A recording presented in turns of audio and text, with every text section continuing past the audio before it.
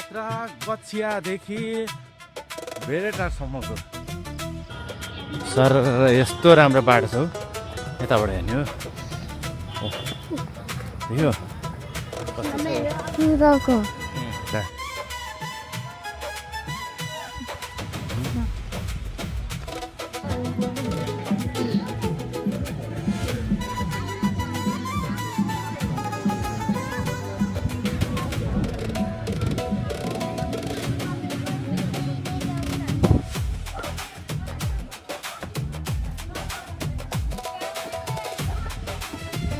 हामी चाहिँ आज भेरेटार घुम्न आज भेरेटार घुम्न आयो है।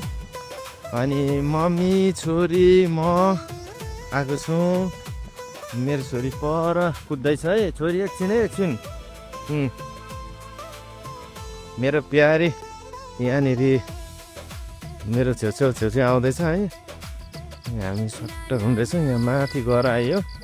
अब यहाँबाट हामी सरासर तल जाँदैछौँ होइन।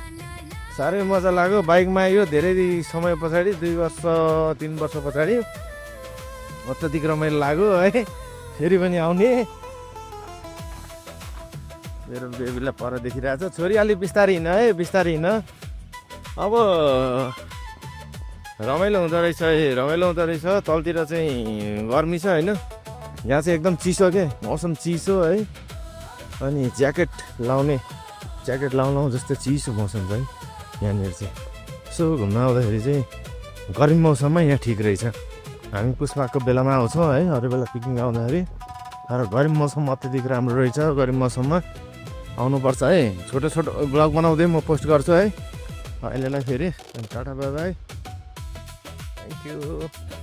कस्तो दामी ठाउँ हो अफ यहाँबाट हेर्दाखेरि है। कस्तो दामी देखिने है। जाडो मौसममा आयो भने चाहिँ यो भ्यू चाहिँ मिस गरिन्छ है।